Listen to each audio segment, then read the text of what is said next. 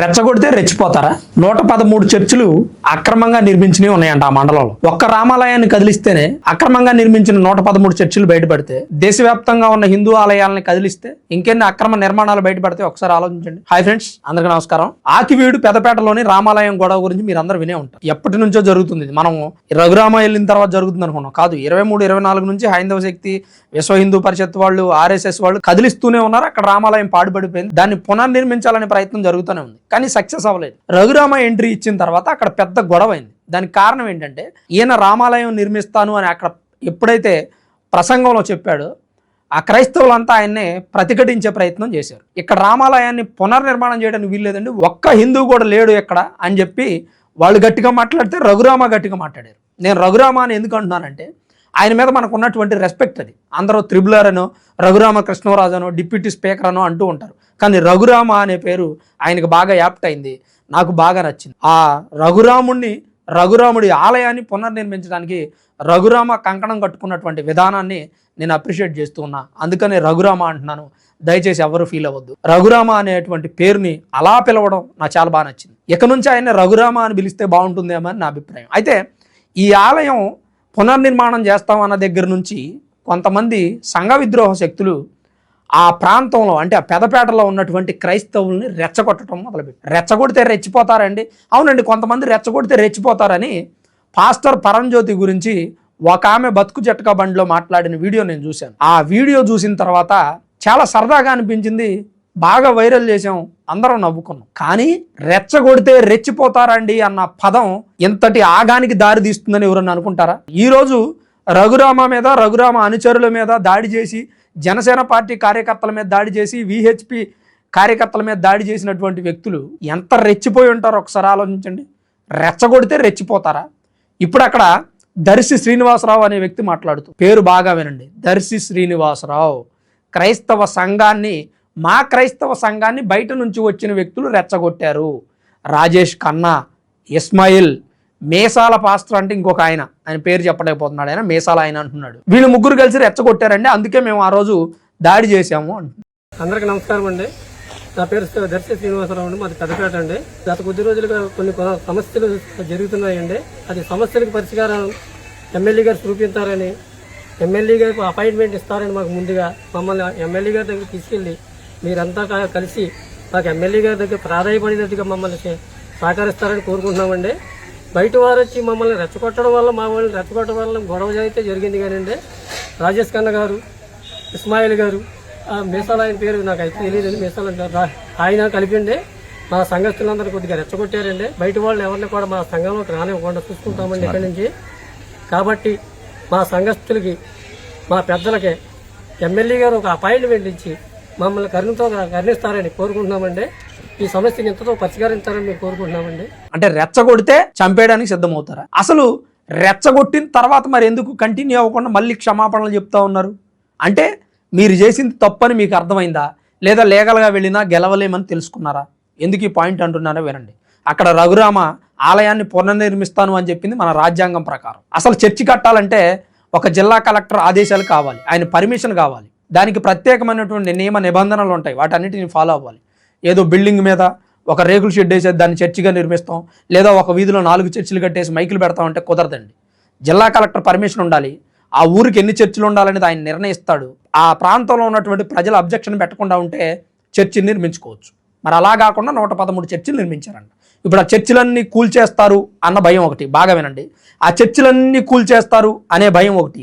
మళ్ళీ కలెక్టర్ ఆదేశాలతో చర్చి నిర్మించాలంటే ఎంత సమయం పడుతుంది, ఎంత డబ్బు ఖర్చు పెట్టాలి అనేది ఒకటి. అలానే చర్చిలు అక్రమంగా నిర్మిస్తున్నటువంటి పాస్టర్ల జీతం పోతుంది, వాళ్ళ ఉపాధి పోతుంది, ఇదొక భయం. అలానే ఇప్పుడు రఘురామ లీగల్ గా ప్రొసీడ్ అవుతుంది, రాజ్యాంగం ప్రకారం ప్రొసీడ్ అవుతుంది. ఎంత ఎదురు వెళ్ళినా వీళ్ళు అక్కడ రఘురామని ఎదుర్కొనలేరు, ఎందుకంటే ఆయన ఏం తప్పు చేయట్లేదు, వాస్తవంగా చేస్తున్నారు. ఎందుకంటే పర్మిషన్ లేకుండా చర్చిలు కట్టేస్తున్నారు. మరి రాజ్యాంగం ప్రకారం, టీటీడీ ఆదేశాల ప్రకారం, విశ్వ హిందూ పరిషత్ వాళ్ళు ప్రభుత్వ ఆదేశాలతో రామాలయం నిర్మిస్తాను అంటే అడ్డుకునేది ఎవరండి? ఇక్కడ ఒక దివ్యమైనటువంటి భవ్యమైనటువంటి రామాలయాన్ని విశ్వ హిందూ పరిషత్ ఆధ్వర్యంలో పెద్దపేటలో ఉన్నటువంటి రామాలయం పునర్నిర్మాణ విషయంలో దయచేసి అందరూ కలిసి రావాలి. పైగా హిందువులకి, బౌద్ధులకి, సిక్కులకి మన దేశంలో హక్కులు ఉన్నాయి. ఆ మతంలోకి మారితే కూడా రిజర్వేషన్స్ పోవు, అది ఎవరైనా కానీ. మరి అసలు రిజర్వేషన్స్ పోయే మతం, ఆ మతంలోకి మారితే రిజర్వేషన్స్ ఉండవు, చర్చి కట్టాలన్నా కానీ పర్మిషన్లు కావాలి, ఇలాంటి అనేక రకాలైనటువంటి లొసుగులున్న క్రైస్తవులు రామాలయాన్ని నిర్మిస్తుంటే అడ్డుకున్నారు కదా. మరి అది రాంగే కదా.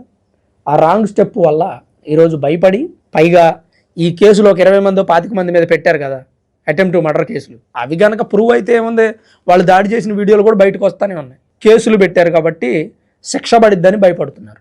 అదొకటి. ఆ చర్చిల్ని బయటికి లాగుతారని భయపడుతున్నారు.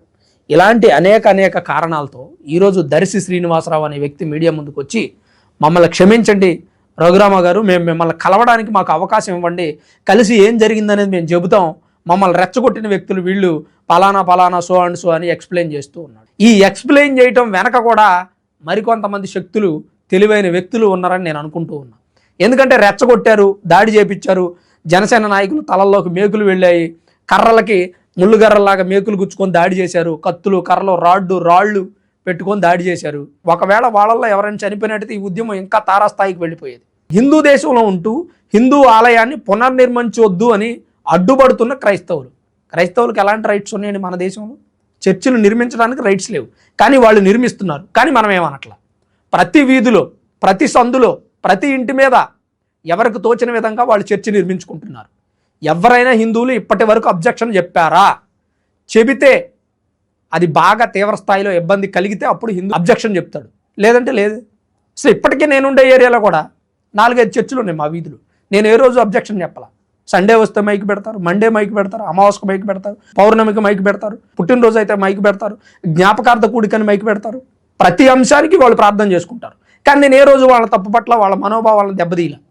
అలా అని నేను ఎప్పుడు వాళ్ళకి ఎందుకు పెడుతున్నారో కూడా నేను అబ్జెక్షన్ చెప్పాలా, లేదా ఎవరికైనా కంప్లైంట్ చేసే ప్రయత్నం కూడా చేయాలి. ఎందుకంటే సరే పోనీ వాళ్ళు ఏదో ప్రార్థన చేసుకుంటా అంటున్నారు, ఒక 10-15 మంది వెళుతూ ఉన్నారు, పోనీ మనం చేసేది ఏముందిలే అని చెప్పి నేను కూడా ఏం మాట్లాడాలి.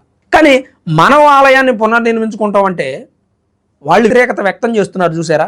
ఇక నుంచి అందరూ వ్యతిరేకత వ్యక్తం చేస్తారు చర్చి కడితే. ఇక నుంచి చర్చి మీద ప్రతి వాళ్ళు అబ్జెక్షన్ చెప్తారు. మైక్ సౌండ్ వినబడితే అదిగో మాకు మైక్ సౌండ్ వచ్చి డిస్టర్బెన్స్ వచ్చిందని చెప్పి కంప్లైంట్లు కూడా చేస్తారు ఇక నుంచి. ఎందుకంటే అసలు కూడా ఒక ఆజ్యం పోస్తుంది మీరే కదా.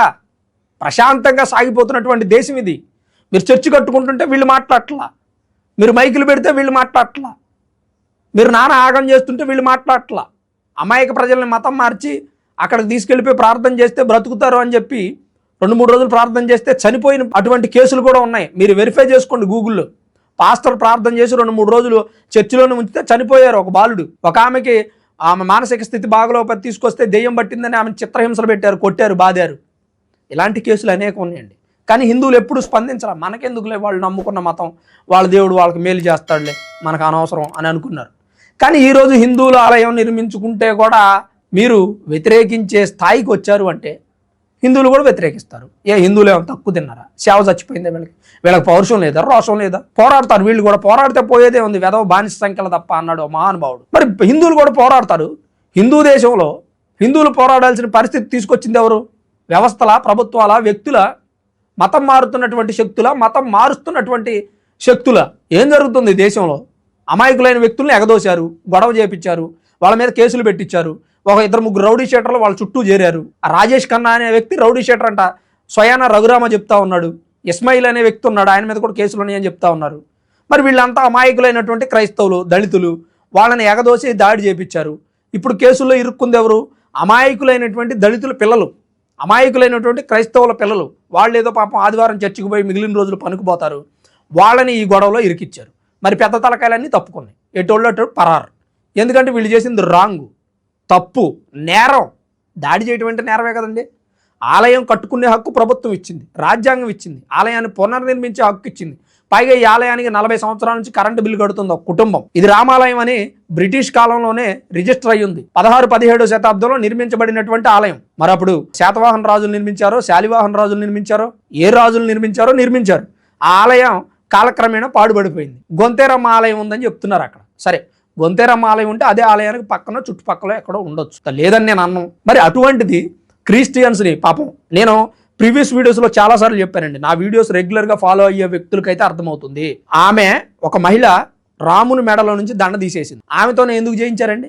ఆ అమాయకురాలని ఎందుకు మీరు వాడుకున్నారు పావులాగా. ఒక పాస్టర్ తీయొచ్చుగా, రాజేష్ ఖన్నా, ఇస్మాయిల్, ఇంకో అతను ఉన్నారంట, వీళ్ళు ముగ్గురు ఎవరో ఒకళ్ళు తీయొచ్చుగా, ఎందుకు తీయలేదు? జనసేన నాయకుల మీద దాడి చేసింది చిన్నపిల్లలు, 10th క్లాసు 8th క్లాసు విద్యార్థులు, మహిళలు దాడి చేశారు.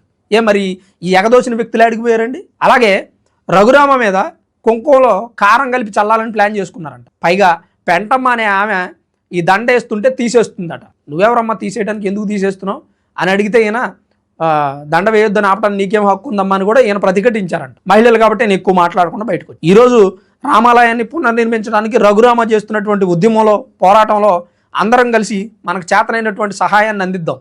సహాయం అంటే డబ్బు విధంగా కాదండి నేను అనేది. ఒకవేళ రామాలయం నిర్మాణానికి ఏదైనా విరాళాలు సేకరిస్తుంటే అప్పుడు ఇద్దాం. కానీ అప్పటి వరకు మనం చేయాల్సింది ఏంటంటే, మీకు తోచిన వాళ్ళు తోచిన విధంగా దీని మీద స్పందించండి.